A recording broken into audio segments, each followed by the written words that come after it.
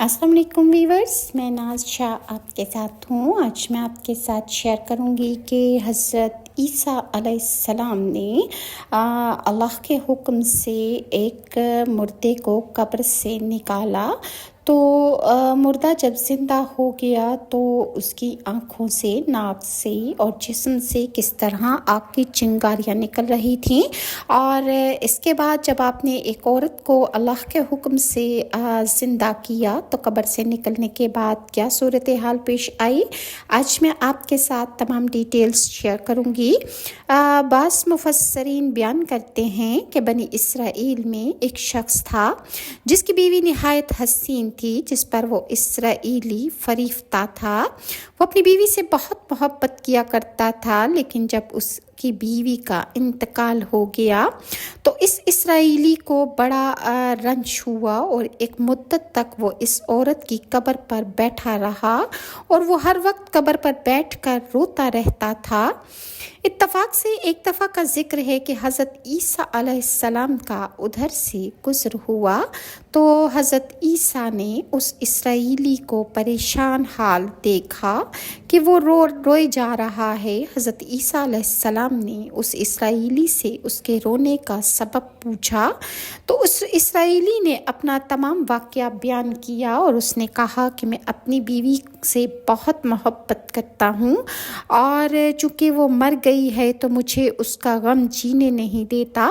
تو حضرت عیسیٰ علیہ السلام نے اس سے دریافت فرمایا کہ کیا تو چاہتا ہے کہ میں اس کو تیرے لیے زندہ کر دوں یا تیری بیوی زندہ ہو جائے؟ اس شخص نے کہا کہ ہاں حضور، میں یہی چاہتا ہوں کہ میری بیوی دوبارہ زندہ ہو جائے اور میں اس کے ساتھ خوشحال زندگی بسر کروں، کیونکہ میں اپنی بیوی کے بغیر نہیں رہ سکتا۔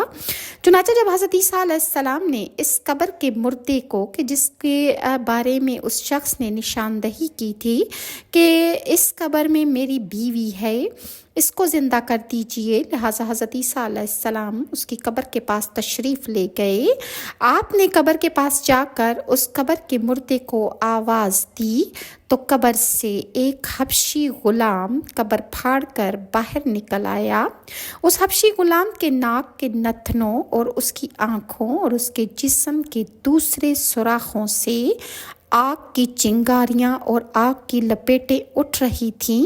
حضرت عیسیٰ علیہ السلام کو دیکھتے ہی وہ حبشی غلام کہنے لگا کہ اس نے کلمہ پڑھ لیا کہ لا الہ الا اللہ عیسیٰ روح اللہ۔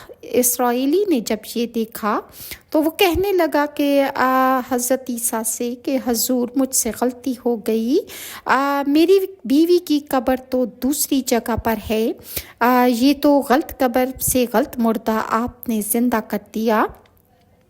یہ سن کر حضرت عیسیٰ علیہ السلام نے حبشی کو حکم دیا کہ تم اپنی قبر میں واپس چلے جاؤ اور دوبارہ مر جاؤ۔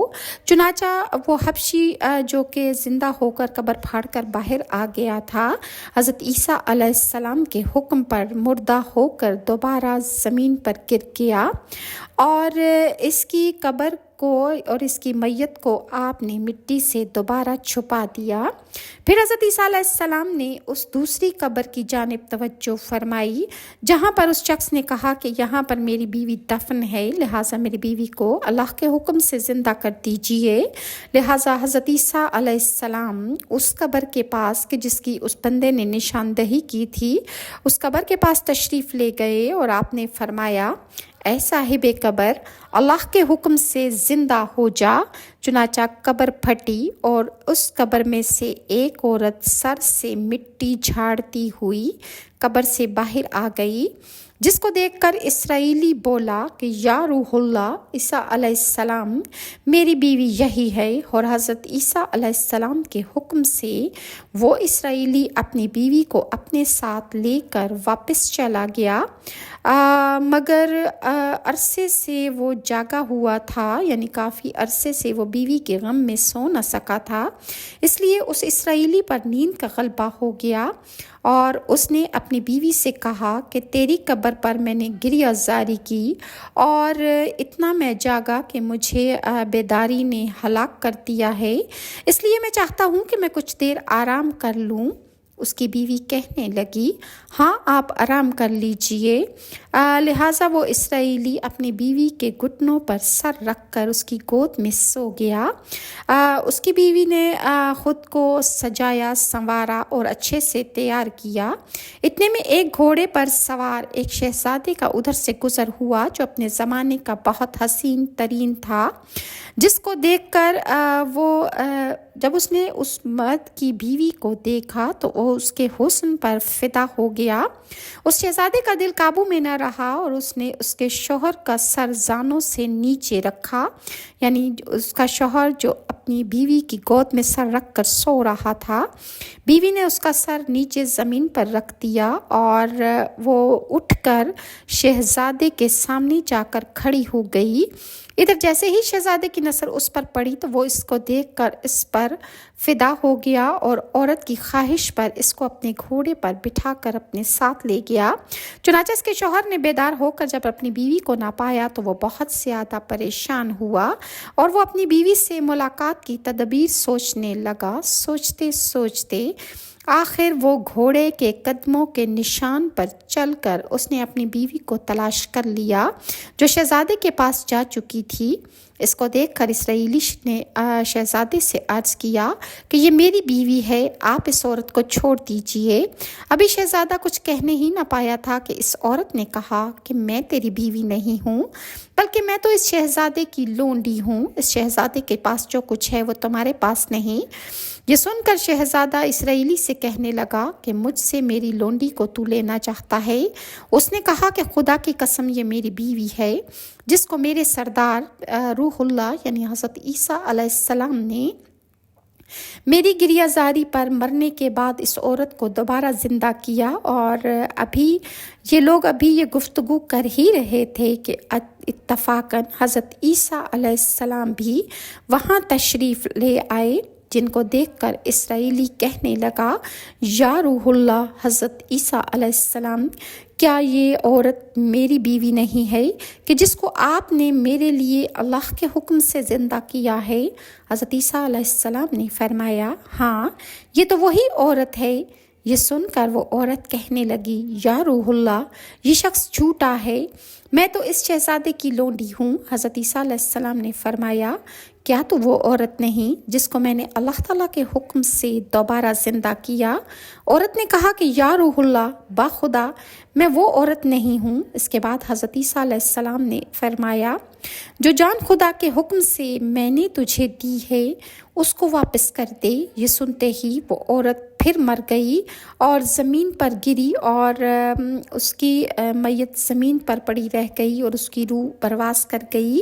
اور حضرت عیسیٰ فرمانے لگے کہ جو شخص ایسے آدمی کو دیکھنا چاہتا ہے کہ جو کافر مرا تھا اور زندہ ہو کر وہ اللہ پر ایمان لے آیا تو وہ اس حبشی غلام کو دیکھ لے کہ جو کفر کی حالت میں مرا تھا، لیکن جب اس کو دوبارہ اللہ نے زندگی دی تو وہ ایمان کی حالت میں مرا، یعنی جب اس کو زندگی ملی تو اس نے کلمہ پڑھ لیا تو اللہ تعالیٰ نے اس کو ایمان کی حالت میں دوبارہ موت دی اور وہ مومن مرا۔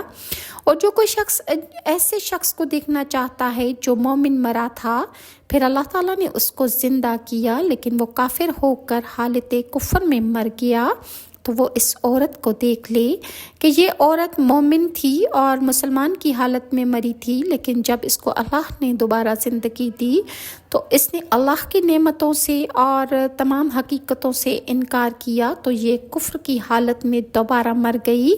اور لہٰذا اس واقعے کو دیکھ کر اسرائیلی نے قسم کھا لی کہ اب میں کبھی کسی عورت سے نکاح نہ کروں گا، اور وہ جنگلوں اور میدانوں کی طرف نکل گیا جہاں اللہ تعالیٰ کی عبادت میں مصروف رہ کر اسے موت آ گئی۔ اللہ تعالیٰ اس پر رحم فرمائے۔ نبی اور رسول کے اقرار و انکار کا نتیجہ اس حقائق سے ظاہر ہوتا ہے اور سبق ملتا ہے کہ کامیابی اپنے نبی کی اطاعت اور محبت سے ہی مل سکتی ہے۔ چنانچہ ہمیں بھی چاہیے کہ ہر حال میں اپنے نبی کریم صلی اللہ علیہ وآلہ وسلم کی اطاعت کو سامنے رکھیں اور نبی کریم صلی اللہ علیہ وسلم کے طریقوں کو لازمی اپنائیں۔ حضرت خضر علیہ السلام کا واقعہ ہے کہ ان کو کسی نے کس طرح غلام بنا لیا اور کیسے کیسے کیسے کام کروائے میں آج آپ کے ساتھ شیئر کرتی ہوں۔ ایک مرتبہ حضرت خضر علیہ السلام دریا کے کنارے بیٹھے تھے۔ اتنے میں کسی سائل نے آ کر ان سے سوال کیا کہ میں آپ سے اللہ کے واسطے سوال کرتا ہوں، مجھے عنایت فرمائیے۔ یہ سن کر حضرت خضر علیہ السلام پر بے ہوشی طاری ہو گئی۔ جب آپ کو کچھ ہوش ہوا تو فرمانے لگے، بھائی میں تو صرف اپنی جان اور مال کا مالک ہوں، تم نے مجھ سے اللہ کے واسطے سوال کر لیا ہے، لہٰذا میں اپنی جان اور ذات تمہارے حوالے کرتا ہوں، تم جس طرح چاہو اس کو استعمال میں لاؤ، بازار میں فروخت کر کے اس کی قیمت سے فائدہ اٹھا لو۔ چنانچہ سائل حضرت خضر علیہ السلام کو بازار میں لے گیا اور اس سائل نے ایک شخص ساہمہ بن ارقم کے ہاتھ حضرت خضر علیہ السلام کو فروخت کر دیا۔ یہ خریدار حضرت خضر کو اپنے گھر لے گیا جس کی پشت پر اس کا ایک باغ تھا۔ چنانچہ ساہمہ نے حضرت خضر علیہ السلام کو ایک کدال دے کر کہا کہ اس سامنے والے پہاڑ جو 3 مربع میل رقبہ پہ واقع تھا، اس کی مٹی کاٹ کاٹ کر باغ میں ڈالتے رہو، اور یہ حکم دے کر ساہمہ اپنی کسی ضرورت سے کہیں چلا گیا اور حضرت خضر علیہ السلام اس کے حکم پر پہاڑ سے مٹی کاٹ کاٹ کر باغ میں ڈالنے لگ گئے۔ جب ساہمہ واپس آیا تو اس نے گھر والوں سے دریافت کیا کہ تم نے غلام کو کھانا بھی کھلایا یا نہیں جس کو میں باغ میں کام پر لگا کر گیا تھا؟ گھر والوں نے جواب دیا کہ ہمیں معلوم نہیں کہ غلام کہاں ہے۔ یہ سن کر جب ساہمہ خود کھانا لے کر باغ میں آیا تو اس نے دیکھا کہ وہ غلام یعنی حضرت خضر علیہ السلام تمام پہاڑ کی مٹی کاٹ کر باغ میں ڈال کر فارغ ہو چکے تھے اور اپنے کام سے فارغ ہو کر اپنے حقیقی اللہ کی عبادت میں مصروف تھے۔ یہ دیکھ کر ساہمہ کو بڑا تعجب ہوا اور اس نے حضرت خضر علیہ السلام سے دریافت کیا کہ یہ تو بتائیے کہ آپ ہیں کون؟ یہ بات سن کر حضرت خضر علیہ السلام پر کچھ بے ہوشی سی طاری ہو گئی، اور پھر جب آپ کو آرام آیا اور آپ ہوش میں آئے تو حضرت خضر نے فرمایا کہ بھائی میں خضر ہوں، جس کو سن کر ساہمہ کے ہوش اڑ گئے اور اس نے کہا کہ یہ تو نے کیا کیا؟ ان کو غلام بنا کر ایسے کام پر لگایا، یہ تو میرے سے انتہائی گستاخی اور حضرت خضر کے سے بے ادبی ہو گئی ہے۔ پھر ساہمہ بے ہوش ہو گیا اور جب ساہمہ ہوش میں آیا تو اس نے توبہ کی اور پروردگار سے عذر خواہی کے ساتھ حضرت خضر علیہ السلام کو اس نے آزاد کر دیا اور جناب باری تعالیٰ میں عرض کیا کہ یا رب العالمین مجھ سے اس غلطی کا مواخذہ نہ فرمائیے، کیونکہ میں حضرت خضر علیہ السلام کو نہیں جانتا تھا۔ اس کے بعد حضرت خضر علیہ السلام نے اللہ سے دعا فرمائی اور سجدہ شکر بجا لائے کہ اے میرے پروردگار، میں تیرے ہی حق میں غلام بنا اور تیرے ہی حق میں آزاد ہو گیا ہوں، اس پر تیرا شکر گزار ہوں۔ اس کے بعد واپسی کی اجازت لے کر جب دریا پر واپس آئے تو آپ نے دیکھا کہ ایک شخص کھڑا دعا مانگ رہا ہے کہ اے میرے اللہ، حضرت خضر علیہ السلام کو غلامی سے رہائی عطا فرما دے اور ان کی توبہ کو قبول فرما لے۔ حضرت خضر علیہ السلام نے یہ دیکھ کر اس شخص سے دریافت کیا کہ آخر تو کون ہے؟ تو اس شخص نے بتایا کہ میں تو شازون فرشتہ ہوں، آپ کون ہیں؟ حضرت خضر نے فرمایا کہ میں خضر ہوں۔ اس کے بعد شازون فرشتے نے کہا کہ اے خضر، تم نے اپنے لیے رہنے کا مکان بنا کر دنیا طلب کی ہے، کیونکہ حضرت خضر علیہ السلام کا دریا کے کنارے پر ایک عبادت خانہ تھا۔ بس حضرت خضر نے جب یہ سنا تو وہ فوراً میدان کی طرف نکل گئے اور وہیں اللہ کی عبادت میں مصروف ہو گئے۔ اس کے بعد حضرت خضر علیہ السلام نے اسی جگہ ایک درخت کاٹا، ایک درخت لگایا اور اس درخت کے سائے میں اللہ کی عبادت شروع کی تو غیب سے آواز آئی، اے خضر، جب تم نے درخت کے سائے میں سجدہ کیا تو تم نے دنیا کو آخرت پر ترجیح دی۔ مجھے اپنے عزت اور جلال کی قسم ہے، مجھے دنیا کی محبت میں رضامندی نہیں ہے۔ اس کے بعد حضرت خضر علیہ السلام نے شازون فرشتے سے کہا کہ اے شازون، دعا کرو اللہ تعالیٰ سے کہ اللہ میری توبہ قبول فرمائے۔ چنانچہ شاذون فرشتے نے اللہ سے دعا کی اور اللہ تعالیٰ نے شاذون کی دعا کی برکت سے حضرت خضر علیہ السلام کی توبہ قبول فرما لی۔ اس کا نتیجہ یہ ہے کہ اللہ کے برگزیدہ بندے اسی حالت میں راضی رہتے ہیں جو اللہ تعالیٰ کو منظور ہو۔